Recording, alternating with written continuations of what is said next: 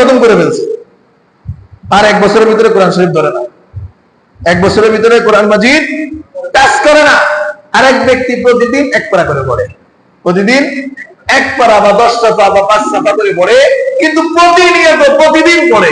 বলেন তো কোন আমলটা আল্লাহ তাআলার কাছে বেশি দামি? প্রতিনিয়ত যে ব্যক্তি পড়ে, চাই 1 পৃষ্ঠা পড়ুক অথবা 1 পারা পড়ুক অথবা 10 পৃষ্ঠা বা 5 পৃষ্ঠা পড়ুক, আল্লাহ তাআলার কাছে ওই আমলটা বেশি, কারণ ওই ব্যক্তি প্রতিনিয়ত আমলটা করে যায়। কারণ প্রতিনিয়ত যে কাজটা করা হয় ওই কাজের প্রতি একটা মহব্বত, ভালোবাসা জন্মায়, ঠিক কিনা? একটা ভালোবাসা জন্মায়। আপনি দেখবেন প্রতিদিন আসরের পরে যদি আপনার এক বন্ধুর সঙ্গে নামাজ পড়ে গল্প করেন বা হাঁটাহাঁটি করেন, প্রতিদিন একটা অভ্যাস, হঠাৎ করে একদিন ওই বন্ধুটা যদি আসরের নামাজের পরে আপনার সাথে আর না থাকে বা কোথাও ব্যস্ততার কারণে গেছে, দেখবেন ওই দিনের আসরের পরের অনুভূতিটা আর আগের আসরের পরের অনুভূতি গুলো এক হবে। ওই দিন একটু একা একা লাগবে, ঠিক না?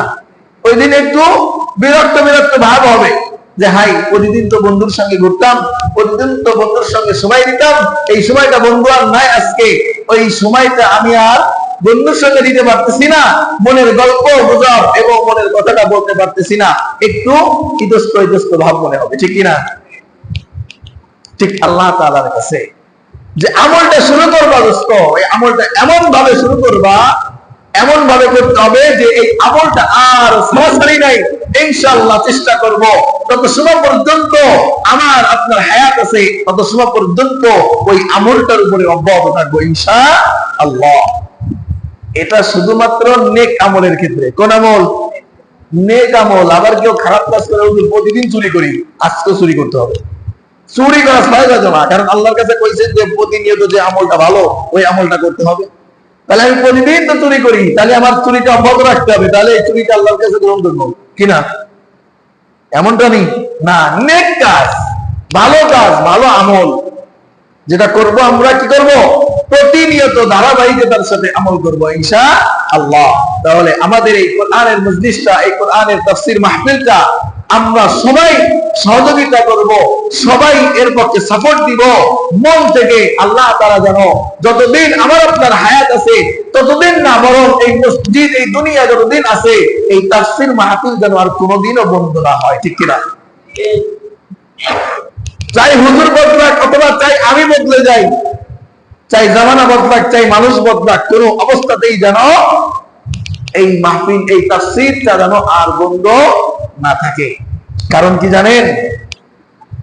যে এলাকায় বা যে মহল্লায় কোরআনের কথা, হাদিসের বিচারণ, কোরআনের তলব বেশি হয়, ওই এলাকায় শয়তানের ঢোকা কম হয়। বলেন সুবহানাল্লাহ। এই জন্য যে এলাকায় মাদ্রাসা হয় ওই এলাকায় বিদআত আশ্রয় পায় না। কি হয় না? যে এলাকায় মাদ্রাসা থাকে ওই এলাকায় কি হয় না? বিদআত আশ্রয় পায় না। কারণ কি? সারাদিন তলবে ইলমরা কোরআন আর হাদিস নিয়ে ঘাটাঘাটি করে, ওরাই জানে সঠিক আমল কোনটা, সঠিক আমল কোনটা না।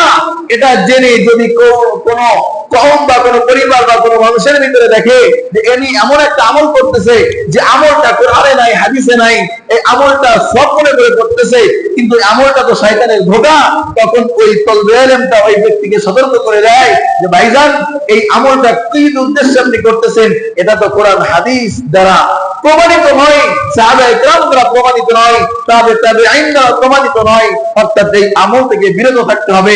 এটা শয়তানের একটা কুচক্র।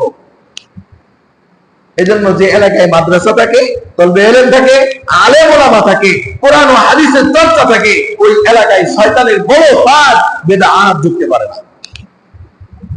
এজন্য দোয়া করতে হবে, চেষ্টা করতে হবে, সামর্থ্য দিয়ে সাপোর্ট করতে হবে যে আল্লাহ তাআলা যেন এই কোরআনের তাফসীর মাহফিলটা অব্যাহত রাখে।